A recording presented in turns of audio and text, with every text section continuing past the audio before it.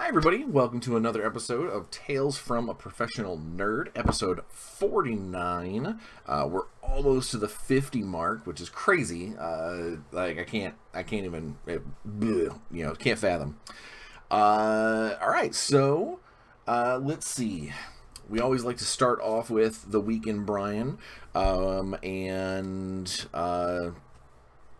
this week's it's been a good one.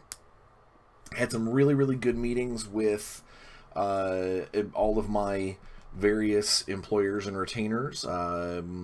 Hopefully helped out the cats over at Big Child a lot with getting stuff squared away for when this whole virus thing kind of lifts and everybody can start thinking about going out to hobby stores and ordering stuff. And it's rough. We talked a little bit about it last week, and I didn't want to get down on it. I'm trying to stay positive and keep things on the upswing and make everybody view about the cool stuff that's happening that we can have happen within our own little universe, little microcosms, our little digital wonderland. All right, so let's see what have I done this week. I didn't actually really have much in the way of commission painting, so when I had time to do painting, I painted my own stuff. And this week I managed. I've almost got my Aeronautica Imperialis fleet flock squadron. I don't know what you want to call them. A buddy of mine got me into the game, and basically paid it forward and gave me some models, and I picked up a couple of others, and I've been painting on them. They're not my best paint jobs in the world, but I think for effectively a glorified board game, it'll look good. There'll be lots of fun. So I got a lot of that stuff painted. When I get them all done, I'll take a cool cinematic shot of all of them flying. But I'm playing orcs. I'm playing the Death Skull clan specifically. A bunch of looted flying machines and guns and grots and madness. But one of the other things I managed to do is I did manage to get all three and my last three Transformers for my... I know it's been a while since I've talked about my Transformers game. But that's because they haven't put out a second wave of minis yet for me to expand and actually film a video of them. But I did manage to get all three. They're the last three models that I waited on. We've got Thundercracker, and then we have Skywarp, and then the ringleader of the Seekers, we have good old Starscream himself. So yeah, I managed to get all three of them done, which means now I have all of my Decepticons painted currently, and all of the Autobots painted. So it's just a matter of getting that next wave of models out, and maybe writing up the initial scenario and things like that, and I'll get a game put together and hopefully sell the rules to the people who make the models, because that would be awesome. Or rather, the people who allow for that kind of stuff to happen. Either way, it will be grand. And if I get the opportunity to do so, I will show you guys my game. Speaking of games, let's see. One of the biggest things that happened in the week in Bryan, I got to play in a fantastic one-shot, seemingly one-shot, maybe we'll get back together at some other time, convention-style Eberron game with DM'd by the ever fabulous Satine Phoenix last week. It was my first foray into true webinar style gaming. where you've got like your character sheet sitting off to the side, and all the players are in different locations, and all the DMs in different locations. I've played some digital games like through Discord and stuff before, but this was the first time that we'd ever used cameras where everybody, whoever was kind of like starring the scene at the moment and doing the talking would pop up on the screen, and it was cool. It was very, very neat. I had a blast. Satine is a super fun DM, and I got to meet everybody who I played with were people that I had not met before. Like nobody else in the industry that I had crossed paths with yet. And I made sure to follow them all on Instagram and Twitter and Facebook for those that could. But it was a lot of fun. We played, basically it was a group of hired gladiatorial style fighters, and our manager and effectively our cheerleader were the player characters. And during the game started out with us basically meeting each other like out of character and kind of learning, we had been together for a few years, so we know each other's kind of tricks of the trade, that kind of thing.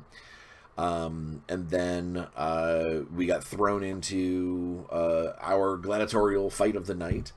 And it was funny because Satine, she randomized who we were fighting. Because there were three of us that were the fighter types. There was a Viking berserker, barbarian, frenzy kind of guy, human. There was a swashbuckling Triton, who she played by the amazing Lily Sparks. She was basically just a whirling dervish of death. Not any particular hit is going to do, here's 50 damage, but collectively over the round, she's going to nickel and dime you for 30 or 40 pretty much every time. And then there's me playing a hobgoblin samurai, which also kind of cues in with today's, we're going to talk a little bit more about Rugger. That's my character's name. We're going to talk a little bit more about Rugger later on in the episode. But those were the three of us. We had my guy who was definitely the strength, polearm combatant, monster slayer, where I hit you once as you run in, and then I hit you 3 more times on my turn, each one doing a significant amount of damage because I'm wearing these gauntlets of ogre strength. And yes, it was a very, very powerful. He was supposed to be a frontline soldier, but got kind of, I don't want to say tricked, but sort of got stuck in this Eberron slum, and the only way to make a living was to go to the pit fights. And the 3 enemies that we were facing were there was a goblin rogue, a minotaur, I assume fighter or berserker of some kind, and then an orc necromancer, who Satine randomized who we were going to get into the fight. And I was role playing up that my dude was itching for a good fight, so I made a comment that I hadn't been gored by a minotaur in 2 years, like something silly along those lines. And I effectively drew the first straw to go in, and I rolled the die, and Satine put me up against the goblin. Now, mind you, her Eberron goblins are tougher than regular goblins. They are sinister, they're nasty, they're strong. But that being said, I took a total of 3 points of damage as he nicked my shin, and between my polearm mastery hit when he walked into my range, and then my 3 hits, just because of the polearm master and being an 8th level fighter, I turned him into goblin salsa. And the joke was basically, these fighting pits there, they are, my odds are never huge because I don't wait. I don't fluff up the crowd. I don't do things that are, exciting as far as the crowd goes. I just get in there and I deal with my opponent. Because I'm a soldier. There's no honor in lingering on in nickel and diming someone on purpose when you can just put them down and eliminate them, because that's what a soldier would do. That's what as an honorable warrior, this guy steps up to me, I'm going to put him down. So I deal with this goblin, and the crowd's like, "Yay, Rugger wins again, yay!" And I'm leaving. I'm like, "Yeah, okay, all right, yeah, I did my job, yeah, duh." And then second straw was our swashbuckler was Lily's Triton, and she gets up there, and luck of the draw, she gets the Minotaur. So of course this like little 4.5, 5 foot tall Triton gets this gigantic block of Minotaur muscle to fight against, and I make jokes of, how's that fair? I wanted that one. Like, oh man, what? She gets all the look, and her fight actually was really good. He got her a couple of times. He scored a couple of hits on her. It was what a gladiatorial fight probably should be. A lot of back and forth, and then the one who's going to be the winner gets a spectacularly fantastic kind of finishing round, which was Lily's Triton. And then the the Viking berserker gets in there, and so he gets the third guy. He gets the necromancer orc, which is still a pretty solid, cool fight. If it weren't for the fact that some of his saving throws were just on fire, like, just okay, I don't care, not a big deal. He won his fight pretty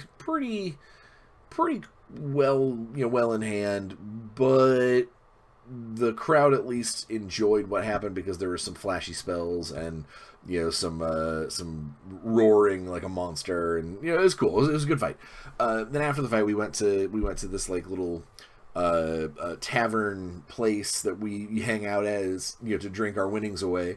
And during that time, we got sucked into effectively kind of like a not a murder mystery, but like a theft mystery that revolved around a character that all of us knew and liked, and then that person died, and it was a good session. And considering the session was supposed to only go for initially at Gary Con, it was only supposed to go 4 hours. When she moved it to a digital session, she moved it to 5 hours, and then when it got to like the 4.5 hour mark, she was like, "Hey, I don't have anything going on. Are you guys okay to keep playing?" And so we ended up playing like 7.5 hour marathon session with Satine. It was awesome. We had a blast. We solved the mystery. We put the bad guy behind bars, so to speak, and it was good. It was a couple of funny statements were made. Hashtags were created. It was a good time. And what that did for me, that did two things for me, is that it cemented the fact that honestly we don't know how long this whole you're not allowed to hang out with your friends in person, or rather you shouldn't because of the virus. We don't know how long it's going to go. And so while I hope that it is quick and that we can get together for game nights and things like ever before, is we got to take the realization that it might not be it might be a while. And so a handful of my friends from far away, from distant areas in the country, all industry folk, we made the decision that we are gonna try a probably like a every 3 weeks, every 2 weeks or whatever, digital D&D game. And when the volleyball went up in the air and everyone's like, well, who wants to run this thing? What do we want to do? There was some talk about a couple of things, and I decided to step up to the plate and was like, you know what? I want to. I want to run something digitally. I want to run something through Zoom, to the best of my ability. I'm going to look at some of the apps for like map making and things like that. But I think for the most part, it's going to be theater of the mind's eye to the best of my ability. And we started getting some characters put down together. So if all goes well, and all of the players are okay with it, I think what I might do is I may very well try to record those sessions, and maybe put them up kind of alongside these Tales of a Professional Nerd as a way for you guys to kind of keep to see what we've been up to see what we're doing. And because we are everybody involved in that game, we are industry people. I have a sneaking suspicion that we're probably going to occasionally do games for charity, or like when every once in a while, like one of those charitable events will roll around. They're like, if you can role play for 12 hours straight, we'll give you $1,000 for the charity of your choice or whatever. That I think we may do some of that. Some donate, take donations and stuff like that, and turn it into more than just us getting together and have fun. But for now, it's just going to be us getting together and have fun. I will probably, more than likely, I will do the first session off the books, without recording it, just to get a feel for the characters and get a feel for the players themselves, because some of these guys I've never played with before, and I don't know how film savvy or film kid safe they might be. I have no idea. So we'll, the DM can only do so much. But it's already shaping out to be a pretty cool group, very weird and diverse, and that's something that I always, am fond of. So we'll see. We'll see how it goes. Hopefully it will generate some awesome new content for us to show you guys in the future. Let's see. So while next week is going to be a very important Tales from a Professional Nerd, this week is we have a t-shirt of the week from Armor Class 10, which I will be showing you momentarily, that ties in perfectly with the topic of the week, because the topic of the week is being heroically monstrous. And what that means in game terms, when you're making characters or playing games or creating storylines or whatever, is there is always a lean towards when you hear about a character race or a culture or a faith or something along those lines, that they could be, they're generally worshipped by evil creatures, or they as a culture tend to be evil, or things like that. And initially the one being that 1% of 1%, well, I'm the only good drow. Driz do Worden, looking at you. For a long time that was the case. In Forgotten Realms, the Menzoberranzan box that came out, that detailed, the capital city of the Drow, where the Underdark expansions to everything D&D. It's when Salvatore wrote the first Drizzt moment, and you see this character,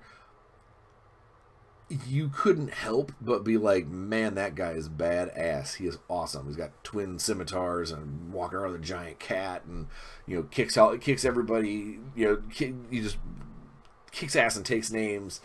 And on top of that, he's kind of a hero. What?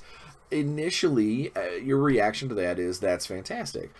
For me, I have a harder time swallowing those kinds of characters. The one in a million, one in a trillion style characters, where somebody like Drizzt should have been, killed as a child, by his mom, probably. When he starts, no, hon, no, little Drizzt, what, little Drizzy, what are you doing? I'm I'm saving all the worms in the Underdark patch. Why are you saving them? Because they're living things, and I'm chaotic good. Or whatever. Like, those characters normally bug me to no end. And as D&D has moved along and kind of lessened, except within the confines of Menzoberranzan and like the Church of Lolth, they have lessened the just genetic evil of the Drow. And we're going to talk about kind of genetic evil and good here in a second. But speaking of Lolth and speaking of Drow, let's talk about the Armor Class 10 t-shirt of the week. Now, when I planned this t-shirt, I did not think that it would be hard to film. So I'm going to lean in a way that hopefully the light will shine on it. The shirt itself is Lolth is my co-pilot. And hopefully you'll be able to see that a little better if I get kind of the right kind of shine on it.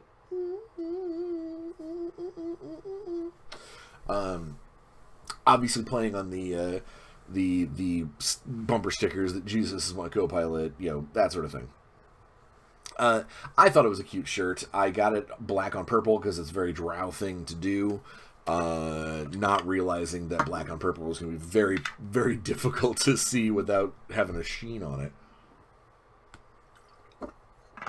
So, if you get it, first off, use the Tales from a Professional Nerd discount code TFAPN to FAPN.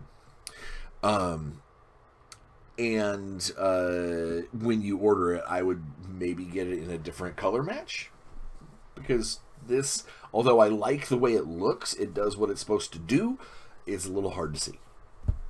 All right, so the reason why I wore this shirt, the reason why this week is being heroically monstrous, is I know for me, I have a penchant for playing characters, even in heroic-based games, that are not typically heroic. I love playing the Goblin Pariah, the Goblin who got kicked out of his tribe and has had to turn. One of my favorite NPCs, if you've ever played in a game with me, is the survivor. The survivor kobold, or the survival goblin, or the survivor, basically the you can't help but this pitiable creature that is the last of the encounter, the last of his tribe, the last of his clan, who is willing to help you, that is willing to help the characters, and it allows you to kind of turn him into, as an NPC, almost this kind of Gollum Schmeagol style character that, left to his own devices, he probably would be a murderous, horrible little death hobo. But because you bested him and all his friends in combat, and he doesn't want to die, he starts taking on heroic aspects of the people around him. He starts seeing the reason for camaraderie. What do you mean you don't sleep with a knife under your pillow so you can stab your friend and take their things? Like, these are the things that, as a character, they start to learn. And as a player character, I like to do similar characters. I was mentioning in Satine's game, I played Rugger Gristlecoin, a hobgoblin from the Ridgebrow clan that basically started out as just as a straight up sellsword. Probably to evil lords and governors, and him and the rest of the Ridgebrows, they probably just picked up coin and went and did what they were supposed to do. As the first step of getting away from being, they're just regular hobgoblin savages in the woods, I made him as part of this military unit, because that is something that they say the hobgoblins, they do tend to go that way. And then over the course of time, Rugger decided that the moral code of being a soldier outweighed the moral code of what the hobgoblin folklorists would say, or what the shamans would tell you to do. And Maglubiet, the hobgoblin god. What would Maglubiet ask for? Well, the average hobgoblin would be like murder, death, destruction. And Rugger over time goes combat, glory, honor. And he eventually turned from that style of kind of fighting for the joy of it, to fighting for the coin, to fighting for the glory, to eventually fighting for the honor, and then taking on that kind of samurai style of class, which leads him further away from the common hobgoblin, which is how he finds himself amongst heroes, amongst heroic adventurers. And that's what I mean by a character transition of becoming heroically monstrous. You could... So, in Dungeons & Dragons, specifically, we're going to focus on D&D a little bit here, because it's one of the games that has got an alignment system. A lot of role-playing games, especially most recent ones, where things are morally ambiguous, like Shadowrun, Cyberpunk, Numenera, where things, you might have a code, but you probably are going to make some pretty gray decisions that, if you had a strict moral compass, like something in like Palladium, Rifts, or D&D, you might run into some trouble, unless you are playing that style of alignment. And if that's the case, then you might have trouble doing the good stuff that makes heroic adventuring what it is. So it is kind of a weird place. So the way I look at it is, alignment shifting happens. You can't just say that unless someone is magically chained to an ideal, or they are mindless, like mindlessly destructive. If you're some kind of zombie lord that all you do is thirst for the life, the living flesh of the creatures around you, then you can't help but be evil, because on the moral code of things, eating living flesh off of someone's body, that's pretty evil if you have a sentient code. Obviously, if you're an animal or something like that, you don't really have that.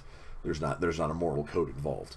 And even then, if you wanted to go that route, you could have that zombie lord be neutral and be like, he lives like an animal. He's out trying to munch on stuff. Again, this is why alignment sometimes is problematic. But one of the things in D&D that has always been a bothersome to me, always, even from when I was in like junior high and high school, reading through some of these books, is the idea that chromatic dragons are evil and metallic dragons are good. Period.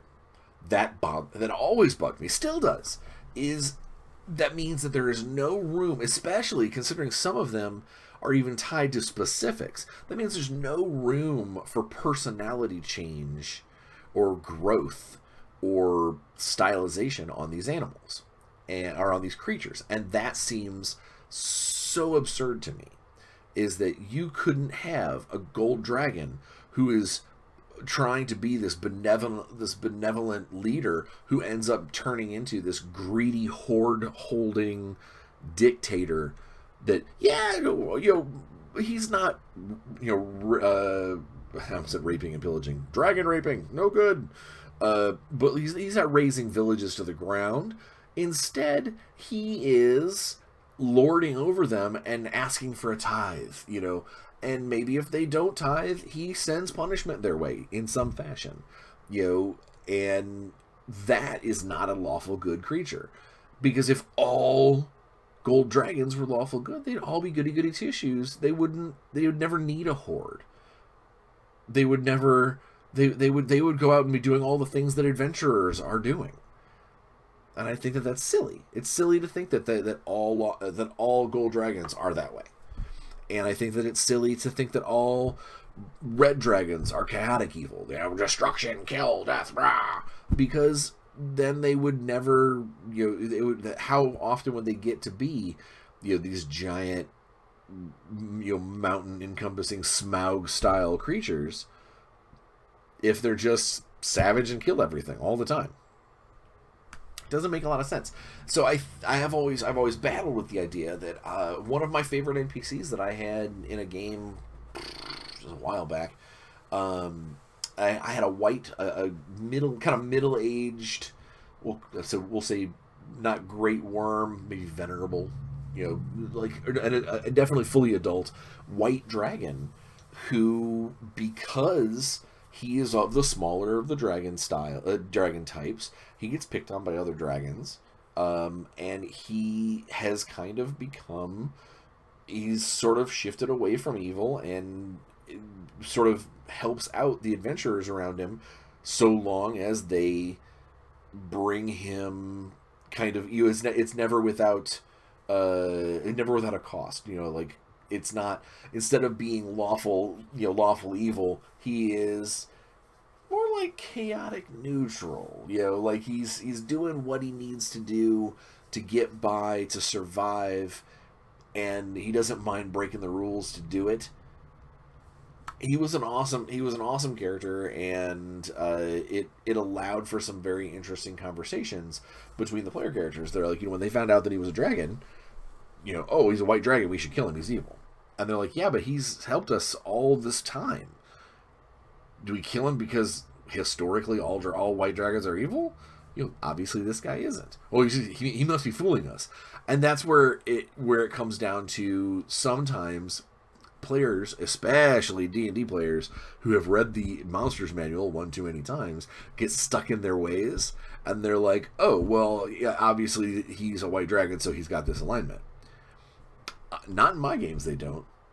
They can change. You could get a good vampire.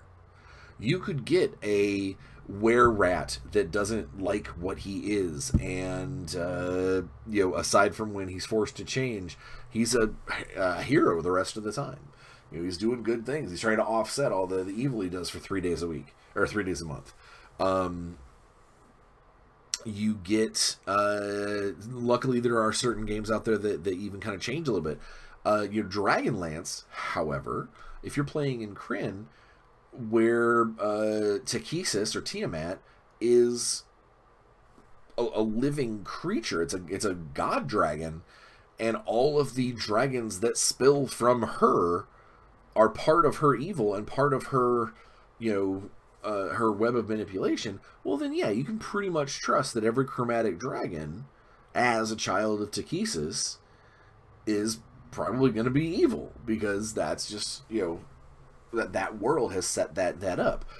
Just like, all of the children of the direct descendants of Bahamut, the Platinum Dragon. So all the metallic dragons are going to be probably on the good side, unless something has changed and they've fallen from grace. So dragons are one of those easy ways I can get people thinking of, what if they run into a bronze dragon in a swamp, and he's been injured, he's been hunted by dragon slayers, just vengeful and vindictive. The player characters help him out. They heal him. They're like, all right, cool. Hey, sorry, I don't know what happened, but let's go catch what. Tell me about the guys that you're after, and we'll help you out. They're hurting our boy Bronzy the dragon, and now you have this dragon who tells this tale about these dragon slayers that went off into the woods that way.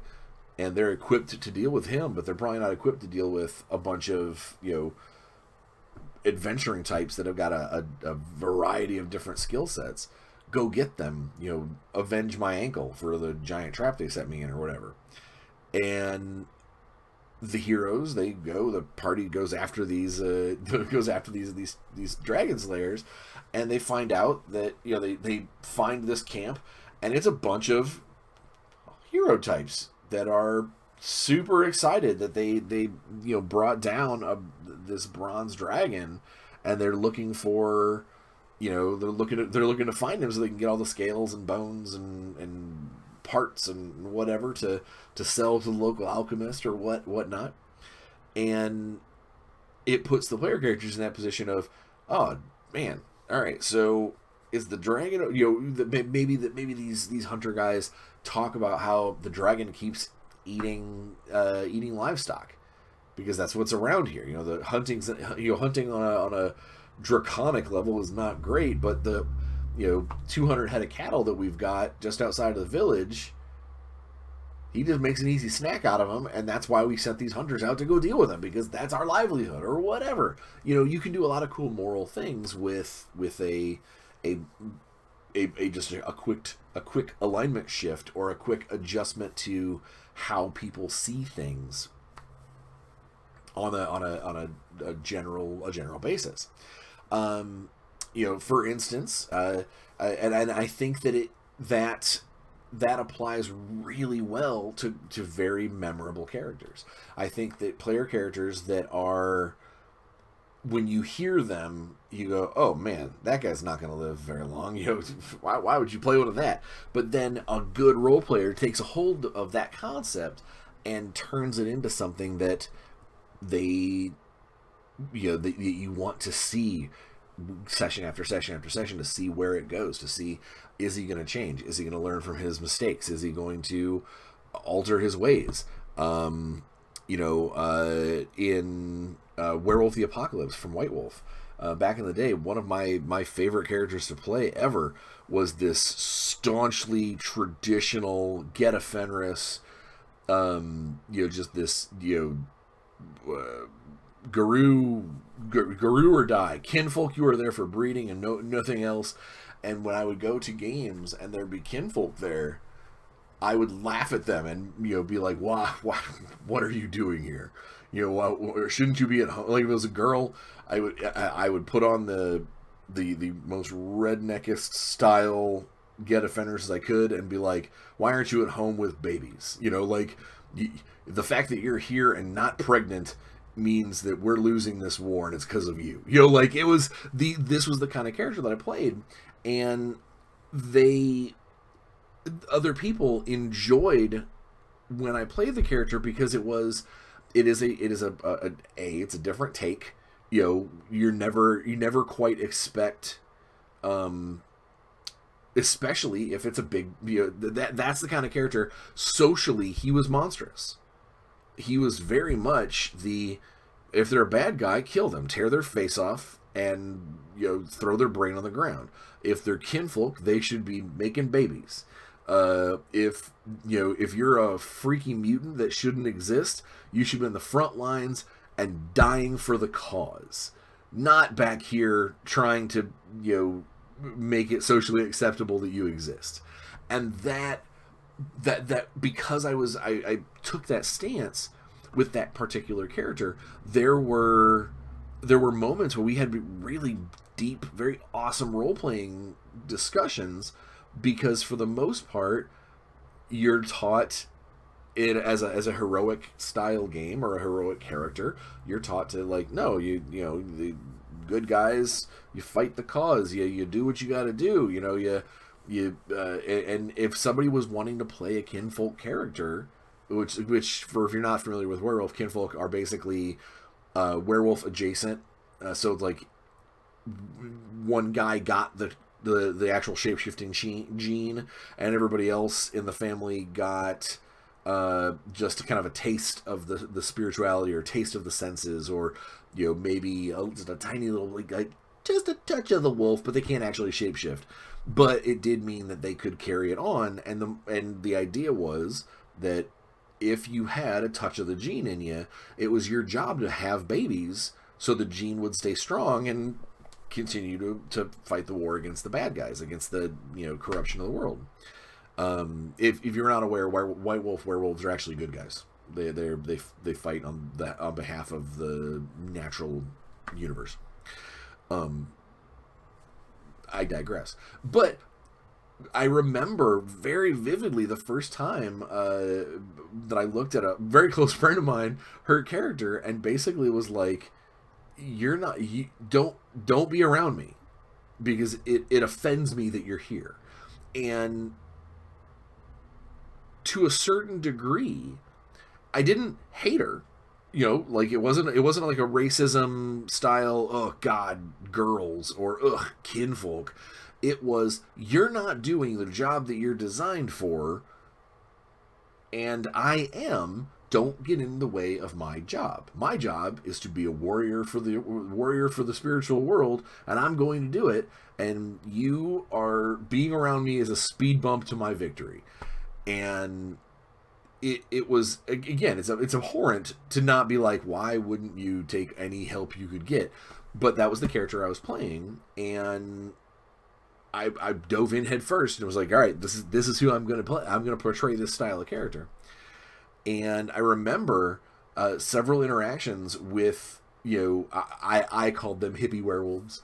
Like the werewolves were like, no man, everybody has a place, and the medicines, the mutants, we need to learn from them, and it was. I remember having just these flat out, just bold, blunt conversations where there were times after the game would wrap, and we'd be all talking afterwards about how game went, and some of these guys would be like, you are so frustrating because you're not, as far as like the werewolf code, you're not wrong, and that's the worst part. One of those, you we want to paint you as the villain, but you're super not. It would be like if, well, frankly, it's like when Batman breaks the law to do what he does. The cops look at Batman and be like, God, they have to look at him and go, God, I hate what he's doing, but I love what he's doing. Or I hate how he's doing it, but I love what he's doing. And that was kind of how that character went. And that's what I view when I think of this whole, being heroically monstrous. The whole title of this thing is, you can take a character that otherwise might seem, it might be like, man, that it doesn't quite fit, round peg square hole kind of thing. For instance, there is a character in my upcoming digital game where the guy, the author of Kobolds Ate My Baby, is playing a kobold warlock who he comes from Kryn space, and originally worshipped Takesis. He worshipped the five-headed evil chromatic dragon god, because that's what kobolds did in Kryn. That was the mother of your species, the mother of all the winged gods in the sky. And then now something has awakened in this poor little kobold, and he has discovered that there are other dragons out in the multiverse, out in the spheres, including like star dragons and the celestial heaven dragon.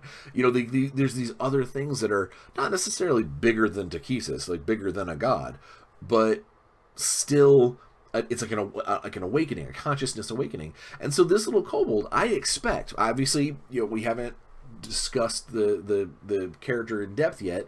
I expect there's gonna be a lot of moral moments where this little kobold's kind of gonna be like, let's stab it and feed it to our babies, like, or like they find a situation where the kobold or the Takesis worshipping thing to do would be, well, slaughter them all, let's slaughter them all and sacrifice their blood to the dark gods.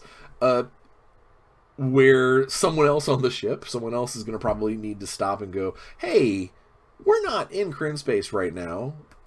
Maybe having a dark sacrifice to Takesis, she's probably not going to hear it right now. Why don't we think about this a different direction? Let's open your eyes. And I think that I foresee this character being a very cool, I don't want to say moral compass, but it's going to be a fun moral path. It's going to be a neat to see he definitely grew up one way, and now that it's even more so. So one of the things that I love about Spelljammer. Oh, did I mention it's a Spelljammer game? I forgot. One of the things that I love about Spelljammer is that you do have the opportunity to go to different realms of D&D, different game settings. Obviously, if you ever go into the Dread Nebula, which is where Ravenloft is, you don't come back out, and that's stupid. So unless you're planning on having a horror space game like Event Horizon, don't go that way. But like you can stop and visit Kryn. You could, which is Dragonlance.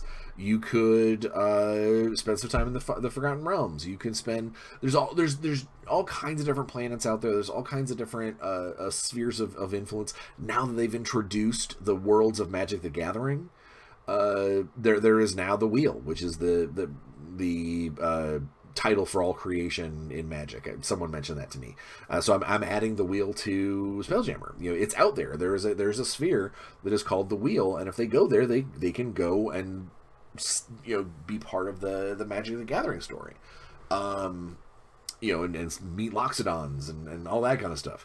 But what that does is that really it does sort of open up some pretty interesting concepts, because the deities of the different spheres, they still grant powers to their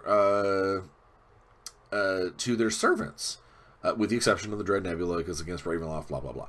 But out in the with very few exceptions, if you leave a sphere, you're still granted your deity's power. You're basically a pilgrim. You're going with your evangelistic ideas or whatever you're taking with them. There's a tether through all the space and time that leads you back to your God, so long as your God is still of divine power, still has that kind of to do. And so that's kind of what this what I think is fun is you can take a character who could, maybe you worship a brutal god of just dark death, not like a necromancy god, or like a I want to see the world die, but just basically the concept of everything dies and my god gets power because everything has to end, and that's where my god is waiting. That can seem extremely cruel. It can seem cold. It can seem callous. You can play a character that seems almost like brutally indifferent to the idea of, maybe play a death cleric that doesn't heal ever. And when someone's like, well, dude, you're the cleric, be like, I'm a spiritual conduit for death. And healing seems at this time, the initial thought of things, I don't feel that healing magic is really in the spirit of my power, my higher power. My higher power wants everyone to be in the afterlife. He wants to see them at the gates or the banks of the river Styx or whatever. And that can be such a harsh concept, especially if your character's like, dude, you are the cleric, heal us, and he's like, nah, maybe it's your time. So that could be so hard. That could be such a powerful impact for a character, and it doesn't even mean that guy has to even be of a monstrous race. That could just be a human worshiper of some kind of death god. I see a lot of paladins and clerics and things, worshippers of like war deities. A lot of times they take on, the players are just, it's a very knightly role. I fight because of honor and glory and bringing honor to my god. Well, let's turn it up just a little bit, and maybe your god is that of berserking. Maybe it's not just a soldier. Sometimes it's a death machine out there, and your dude is super psyched to be at the center of the bloodshed. In Games Workshop terms, I know that chaos Warhammer 40k fantasy, chaos is considered to be the evil side of things because it has demons and it is definitely bent to the evil way. But you could have a worshiper of a god like Khorne, which is the god of warfare and blood and massacre and murder, that views things as I'm a soldier, I'm a warrior, I live by the sword, I will die by the sword, all in Khorne's name. Doesn't mean that you're necessarily an evil guy. Eventually you probably will get there, as especially if it's a world where your gods do in fact pay attention to you if you are successful. But like I can totally see, like there's definitely a part of me that sees how regular soldiers, if they don't have a good version of a war god to worship, like in Fantasy Sigmar, if they don't have something like that to fall back on, how they sort of just would, maybe not have like a full-on shrine to Khorne or like blood sacrifice or anything, but maybe you're on that eve of battle, you're standing there among 3,000 of your comrades looking across the way at the Elven Armada, and you go, all right, Khorne, guide my sword, man. I need to do some killing today. And that's not saying that you're a horrible creature, that you're an evil demon worshipping oh god, you're a heretic. What it means is that as a mortal creature, you're looking for a little help. And on the battlefield, which is going to be covered in murder and death, maybe that's who you go to. And that could, of course, blossom into a bigger relationship if you do really well. You attribute your victory to the fact that you asked for Khorne's blessing and so forth and so on. So that's what I'm getting at, is think outside the box. Think about making characters that, or don't. I mean, that's personal preference. Think about making characters that are, I'm gonna say this. So, sci-fi game, or a modern game. Look at a character like John Wick. Yeah, we all love John Wick because he's on the he's back because they killed his dog, which is a perfectly valid reason. But you look at what that dude is. He is just a killing machine.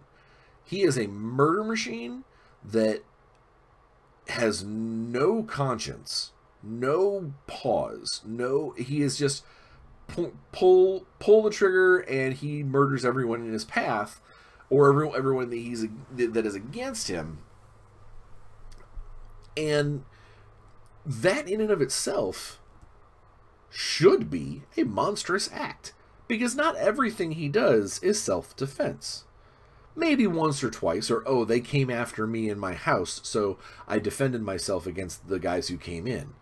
But then I went and got all of my guns and my swords, and I went after them. Vengeance style. Or, I could have driven away, but I didn't. I came after them to rip off all their faces. So that's where that line is that I don't think anyone would say that John Wick is not the hero of his own story, because that he absolutely is. There's no question. But he's still an assassin, a paid murderer, and wades in the blood of his enemies anytime that he has the opportunity. Those are all horrible, inhuman, monstrous acts that we overlook because we see that part of the story as, remember, he's the protagonist. He's the guy that we're looking at the story from. And I'm saying, in your games, do the same thing. Make characters, make NPCs, make your player characters, make plot lines. If you're writing a book, make a character that is just an awful creature. But everything that they do, the reader has to go, man, I would do the same thing in that instance. Am I a bad person? And that's the kind of thing. Very thought provoking, very emotion. Bring that emotion to the surface, because that's the stuff that is going to be memorable about a character. Not that, you're the best archer in the land. Yeah, people might remember that. But what they're going to remember is you're the best archer in the land that held his own against, 40 40 muggers in an alley. And, maybe you are the best archer in the land, and when it comes to combat, as a player, you look at your DM and go, hey, can I take disadvantage? I want to shoot that dude in his ear. What? Really? You don't know if that'll kill him. Not like, it's like stick an arrow in his head, but like, no, I want to like, or something similar. Like, I want to make sure that I put an arrow in the guy's hand. He will never hold a sword the same way again, or whatever, and the DM's like, oh, all right, and if you hit and you do it, and it'll end up becoming this big thing. You'll have a rep as a character. It'll come to you, and it might turn out to be that it's more than a rep, and it's something people get scared about. It's harder to do in something like a D&D game where magic healing exists, where you like, oh, ooh, you put an arrow through my hand. Hey, cleric, can you do this? Okay, cool. Magic always kind of defeats the long lasting thing. So one of the things that I've said forever, ever since Pathfinder came out, is in a game where mending is a cantrip, unless you put some kind of caveat on it, everything in that world should be pristine. There should be no broken buildings. There should be no broken roads. Because if I was a king or a ruler or a governor or whatever, I would put a call out for everybody who knows mending as a cantrip, the whole lot, and be like, all right, you guys are now my road repair crew. We're going to send 10 of you out daily. You're going to basically look for potholes. You're going to mend them and fix them. The crumbling wall on the outside by the library, go fix it. Oh, hey, all those really old books that everyone's like, oh man, if you turn the pages too fast, they're going to tear. Mend them. Like, it is one of those spells that, thankfully, it is problematic in how much it can fix now, but like the idea that there is a spell that can just fix things, boop, with no check, with no boop boop boop boop, I would make a million bazillion dollars as a or gold pieces as a mender. That would be my shop. Am I a blacksmith? Nope. Are you a cobbler? Nope. Are you a tailor? Absolutely not. Bring me your small items that are screwed up, and for a fraction of the cost of what it would take to get a skilled professional to fix it, I will boop it and make my money. And you know what? Take that and make that as a character. Have your character. How does your character make his money? I mend things all the time.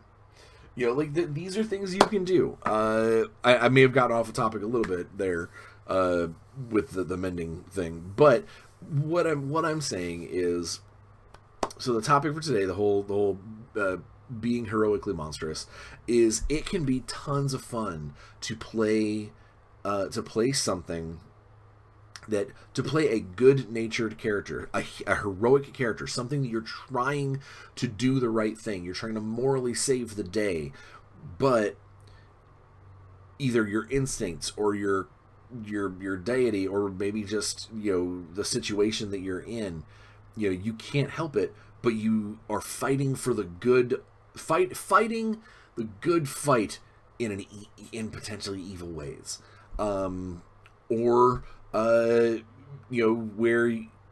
on the cover, the cover of your character is, for instance, someone says, oh, you're a hobgoblin fighter. All right, well, you're a horrible creature, and you're probably out there you're probably just a killing machine that loots all the bodies. and then put that twist on it that, well, no, I started out that way, but I've learned since then, and now I look for, glory in combat. I want my name to live on. I want my litter of children back home to know that what I did left a mark on on reality. Maybe they will follow suit. You can play that nasty manipulative, everything you do. You're just a smarmy, almost like a crime lord. But everything you're doing it to overthrow this. You're trying to, create this crime syndicate in order to buck against a corrupt tyrant, or you hook up with a group of heroic characters, and they know pretty much from Jump Street that you were part of a nasty pickpocket con artist gang. Those are where your talents lie, and when we're out there in the world, I'm going to use my talents, but I'm going to use my talents for good. I'm probably going to line my pockets too, but they're for good. So these are the things that I think that can make for really cool plot lines and characters, and there is a huge difference between just being monstrous for monstrous sake. Like, oh, I can shapeshift into an animal and just kill everything around me. Or, oh, I'm playing an assassin. I don't want to pay for this, or I'm playing a rogue. I don't want to pay for this stuff, so I'm going to steal all his money and then kill him. Or, like there's a difference between using the immoral and using the monstrous toward the protagonist's benefit, and using these things just because you've got them. And sometimes it's fun to roll max damage and crush people. It's fun to just, see how I killed that guy. Why don't you find a way to do that and further the story along, or further your story along? That's what I got to say today. So next week, big, cool, super cool show. I have got something awesome to talk about. And the rest of the week, be safe, keep up the social distancing. Don't let this virus win. It's already done way too much damage. But keep a good stiff upper lip, and find some people to play some webcam games with. Stick your head out your window, wave at your neighbors. Just remind everybody that we're all doing this for a good reason. And if you can, and you get the opportunity, smile, enjoy yourself, play some games. See you next week.